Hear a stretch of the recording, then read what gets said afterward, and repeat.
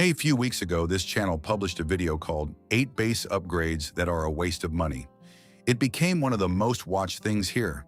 It also got the most pushback of anything this channel has ever put out, and after reading through all of it carefully, I think a lot of you were right and I was wrong. So this is that video. Not a defense, not a clarification, a correction point by point, using your own words plus 2 hard factual errors from other videos that I got wrong and one on the record. A quick, honest note before we start. Nobody paid for this video, no brand, no shop. The links below are plain product links, no affiliate games, and the complete buyer's guide, every gold mine and money trap from this channel as one honest map, is linked in the description. Now let's get into it. Correction number 1, and it's the big one, pickups.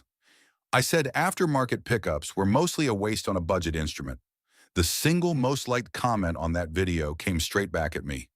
A Mexican-made precision can sound good out of the box, but add a Seymour Duncan quarter pounder, and it can absolutely sound amazing. Another owner made the same point about Bartolini and Delano, saying he agreed with getting a stock bass to sound its best first, but that those pickups should not be dismissed.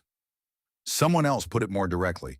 He took a $650 Fender Jazz, changed the bridge and put in noiseless pickups, and now it sounds as good as his $2,000 Ibanez. Here's what I actually got wrong, and it's a reasoning error, not just a taste difference. I collapsed 2 separate claims into one. Claim 1, a pickup swap will not turn a badly built bass into a good bass. That's true, and I stand by it. Claim 2, a pickup swap will not make an audible difference. That is not true, and I said it as though it followed from the first. It doesn't. A quarter pounder is a genuinely higher output pickup with a different mid-range emphasis than a standard precision pickup. That is a real, measurable, hearable change. Whether it's worth the money to you is a judgment call. Whether it's audible is not, it is, and I was wrong to imply otherwise. Correction number 2, and this one is the sharpest technical catch in the whole comment section. I put the badass style high mass bridge on the waist list because I judged it on tone. A commenter pointed out that I had judged it on entirely the wrong axis. His words, the badass bridge was not about tone.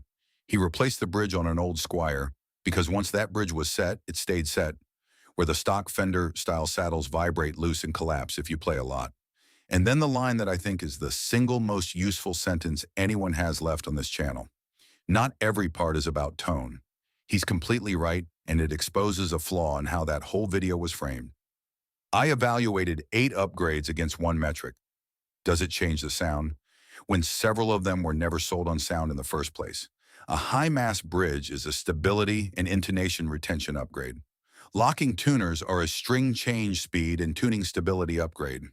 Judging those on tone and then calling them a waste is like testing a raincoat for warmth and concluding it's a bad jacket. Correction number 3, preamps. I was dismissive about aftermarket preamps. A commenter pushed back that most aftermarket active preamps are voiced to have a certain character, and that you can genuinely hear it when you test them back to back. Another said he put a new MEC preamp in his Warwick, and it sounds 100% better. A third described a whole chain on an Ibanez sound gear, new nut, flat wounds, then an Aguilar OBP3, and reported a clear tonal difference at each step. The correction here is similar to the pickup one. A preamp is not a magic box that fixes a bad instrument, but an aftermarket preamp is a deliberately voiced circuit. Different frequency centers, different boost ranges, different headroom than the stock one. Saying you won't hear it was simply wrong. What I should have said is, know what you're buying. An Aguilar and a Bartolini preamp do not sound the same as each other, and neither sounds like your stock circuit. And if you can't name what you want changed before you buy, you'll probably be disappointed regardless of which one you pick. Correction number 4, cables, and this one is subtle. I lumped expensive cables in with snake oil. A commenter came back with a very specific, very credible account. With single coil pickups, a cheap $10 cable gave her all sorts of interference, and moving to an $18 name brand cable made the noise almost completely disappear. That's not a tone claim. That's a shielding claim, and it's a real, physical, well-understood difference. Cheap cables often have poor shielding coverage, and single coils are the most interference-prone pickup design, and common use. The pairing of those two things produces exactly the hum and buzz she described. Where I still hold the line, going from an $18 cable to a $90 cable is where the returns fall off a cliff. But going from the bargain bin cable to a competent one is a real upgrade, and I should have made that distinction instead of treating all cable spending as equivalent. Now, two hard factual errors from other videos, because if I'm doing this, I'm doing it properly. Error 1, the Yamaha TRBX. In two separate videos, I described the TRBX304 and the TRBX305 as having a switchable active-passive circuit. The same viewer caught it both times, and he was right both times. I checked it against Yamaha's own published specifications. The TRBX 300 series is active only. What it actually has is the Performance EQ switch. 5 preset voicings named slap, pick, flat, fingers, and solo, which is a genuinely useful feature, but it is not passive bypass. The switchable active-passive circuit starts at the TRBX 500 series. That was my error. It was in two videos, and the corrected information is now in both descriptions. Error 2, the 8-inch speaker claim. In the bass amps video, I said flatly that you cannot get real low end out of an 8-inch speaker. Multiple people who own the relevant gear told me that's wrong, and they named names. Markbass, Phil Jones Bass, GR. One owner runs both a Markbass Micromark 801 and a Fender Rumble 100, and reports that despite the single 8-inch cone, the Micromark reproduces the low B of his 5-string with great clarity at 2/3 the weight of the Rumble. Another pointed out that a Phil Jones Bass Compact 4 uses 4 5-inch drivers and still reaches down to 30 Hz, because low-frequency extension is a function of the cabinet and its porting, not just cone diameter. They're right, and my statement was too absolute. What I should have said, at the budget end of the market, an 8-inch speaker in a cheap plastic cabinet with no meaningful porting will not move real low end, and that's the trap I was actually warning about. But 8-inch and smaller drivers in properly engineered, properly ported cabinets absolutely can, and there's a whole category of premium compact amps built on exactly that principle. I stated a price tier observation as a law of physics. Those aren't the same thing. 3 more things I got wrong that weren't about gear at all, but about what you saw on screen. In the Harley Benton video, at one point the footage showed a headstock that said Glary while I was talking about Harley Benton. In the Bass Amps video, PV gear appeared on screen during the segment about bad amps, which is especially annoying because PV is a brand this channel actively recommends. And in another spot, the visual showed a Fender Jazz, while the narration was about something else entirely. All 3 were caught by viewers.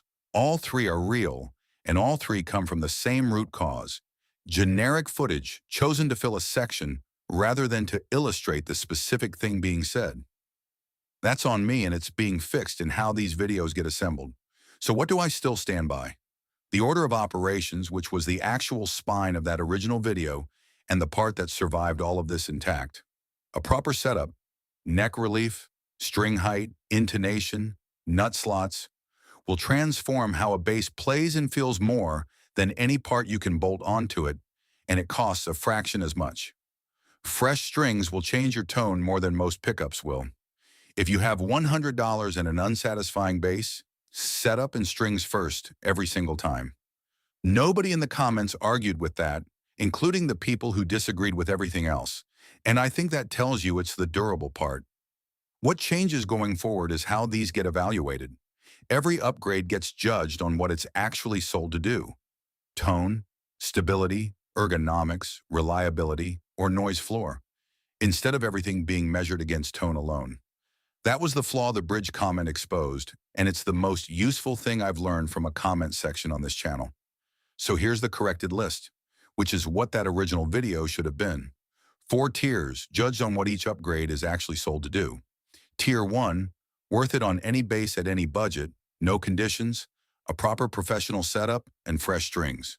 Nothing in the comment section challenged this, and nothing ever does, because it's the highest return per dollar in the entire instrument. If you take one thing from this video, take that. Tier 2, genuinely worth it, when you can name the specific thing you want changed. Pickups, if you can say what's missing. More output, more mid-range bite, less hum. Preamps, if you know which voicing you're after. A high-mass bridge, bought for stability and intonation retention rather than tone. Locking or lightweight tuners, bought for tuning stability or to fix neck dive rather than for sound.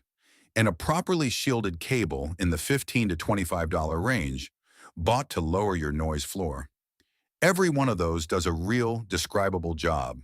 The failure mode isn't the part, it's buying it without being able to name the job. Tier 3, cosmetic, and I want to walk back my tone here specifically. The second highest liked comment on the original video came from someone who said he loves hot rodding his basses. Chrome hardware, hip shot tuners, a more adjustable bridge. And then said, with complete honesty, that he'd never actually heard a difference but still likes it better. That's not a mistake. That's someone who knows exactly what he's buying and is buying it for the right reason. An instrument you enjoy picking up is an instrument you play more. I treated that as waste in the original video, and it isn't. It's just a purchase measured on a different axis than sound.